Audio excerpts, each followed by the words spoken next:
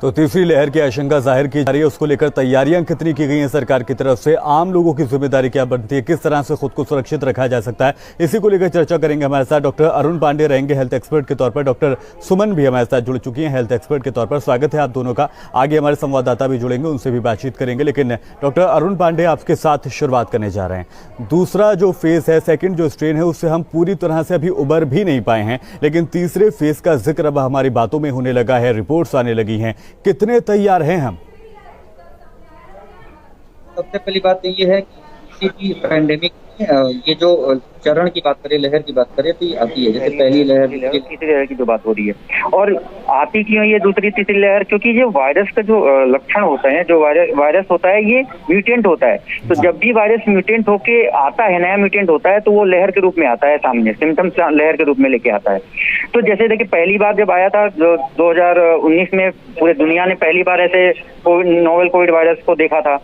उसके बाद भारत में हमारे पास मार्च में आया था, और जो दूसरी लहर भी आई लगभग उसी जो अवधि थी वही थी, यानी कि मार्च और अप्रैल के पहले हफ्ते में आ गई थी। दूसरी लहर भी ऐसे ही आई। और मैं तीसरी लहर की बात करूं तो जो ड्यूरेशन होगा, ये म्यूटेशन कोई बता नहीं सकता है कि कितने दिन में ये म्यूटेट कर जाएगा, लेकिन हाँ, ये तैयारी होने की जरूरत है। और अभी भी मैं ये कहना चाह रहा हूँ कि तैयार होने का मतलब ये है कि कहीं भी आप कोविड एप्रोप्रिएट बिहेवियर के साथ नहीं चलते हैं तो ये जो लहर है ये भी खतरनाक हो सकती है, तीसरी लहर भी। तो हमें कोविड एप्रोप्रिएट बिहेवियर, जो कि सबको पता है कि हमें क्या करना है, हमें सोशल डिस्टेंसिंग रखना है, हमें मास्क लगाना है, हमें सैनिटाइजेशन पे ध्यान देना है, हमें बार बार अपने हाथों को धोते रहना है, और जहां भी गैदरिंग हो रही है वहां से दूर रहना है। और उसको भी, और हमारी जिम्मेदारी भी ये बनती है कि जहां भी इस तरह की कोई गैदरिंग हो रही है, मार्केट में अगर हम जाते हैं तो वहां पे भी अगर बोल दें कि नहीं जी, आपको सोशल डिस्टेंसिंग के साथ कोई भी मार्केट में निकलिए, चाहे अगर जरूरी काम में भी आप जा रहे हैं, तो आपको ये जरूर ध्यान रखना है कि हमें सैनिटाइजेशन और मास्क प्रॉपर, क्योंकि प्रॉपर मास्क लगाना बहुत इंपॉर्टेंट है। आज भी हम देख सकते हैं कि मास्क लगाने में भी लोग बहुत ज्यादा कोताही करते हैं। कुछ लोग मास्क नाक के ऊपर लगा लेते हैं, कुछ लोग मास्क नाक के नीचे लगाते हैं, कुछ लोग कभी कभी मास्क को हमेशा छूते हैं की कोशिश करते हैं, एडजस्ट करने की कोशिश करते हैं। तो ये सब, इससे भी जो इन्फेक्शन है वो बढ़ता है, क्योंकि मास्क पहला हमारा जो हथियार है इस कोविड से लड़ने का, वो है मास्क। और अंतिम जो हथियार है, जो कि रामबाण है, वो है वैक्सीनेशन। तो प्रॉपर कोविड एक्टिविटी के साथ, प्रॉपर प्रोटोकॉल फॉलो करने के साथ साथ, जब भी वैक्सीनेशन का समय हमारे पास आए, यानी कि हम जब भी रजिस्टर करा के हमारा नंबर आए वैक्सीनेशन का, हमें वैक्सीनेट होना है। क्योंकि अगर तीसरी लहर को रोकना है तो हमें वैक्सीनेशन को बहुत तरीके से इम्प्लीमेंट करना है, और वैक्सीनेशन के लिए जाना है, और लोगों को भी जागरूक करना है। और आपके चैनल के माध्यम से मैं चाहता भी हूँ कि ये जागरूकता फैले।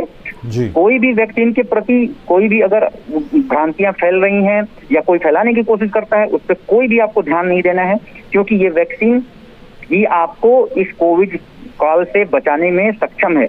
और एक बार फिर मैं आपके चैनल के माध्यम से सबसे अपील ये करना चाहता हूँ कि सरकार द्वारा जारी गाइडलाइनों को पालन करना है, प्रोटोकॉल को नहीं तोड़ना है, और एसएमएस का प्रयोग करना है। एसएमएस मतलब, मैं फिर से रिपीट करना चाहता हूँ, आपके चैनल पे भी मैं कई बार बता चुका हूँ कि एसएमएस का मतलब है, एस मतलब सोशल डिस्टेंसिंग, एम मतलब मास्क, और एस मतलब सैनिटाइजेशन। तो एसएमएस विथ वी, और वी मतलब वैक्सीनेशन। इस एसएमएस के साथ अगर हम लोग वी का साथ देंगे तो हमें विक्ट्री जरूर मिलेगी।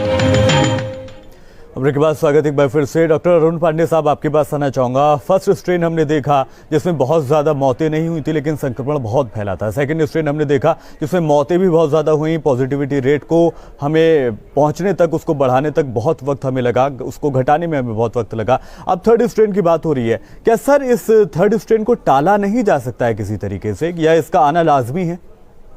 देखिए, फिर वायरस का जो प्रकृति होती है, जो वायरस का नेचर होता है, वो है म्यूटेंट होना।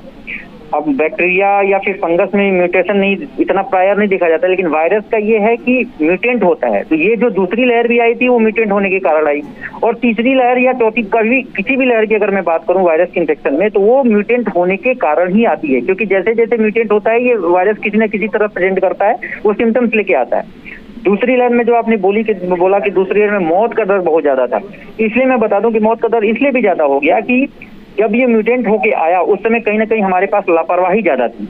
जब पहले वेव से लेके दूसरे वेव के बीच में हमने देखा कि बहुत सारे सभाएं होने लगी थी, बहुत ज्यादा हम लोग ये सोच रहे थे कि कोरोना खत्म हो गया जी, अब तो कोरोना हो ही नहीं सकता। तो कहीं ना कहीं कोरोना ने कोविड जो वायरस है वो अपनी प्रवृत्ति नहीं बदला, लेकिन हमने अपनी प्रवृत्ति बदल दी थी, इसलिए दूसरी लहर का इतना भयंकर सामना करना पड़ा।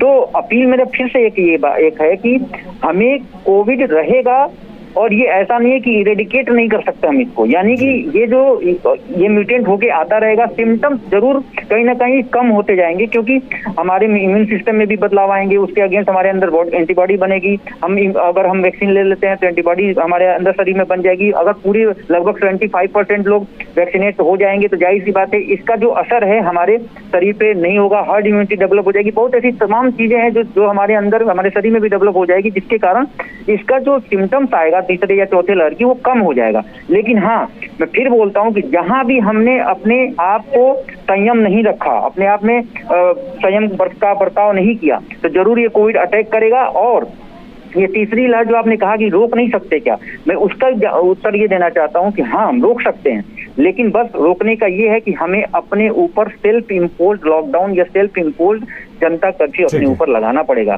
हमें ये लगाना पड़ेगा कि हमें मास्क, जब भी बाहर निकलेंगे हमें मास्क लगाना पड़ेगा।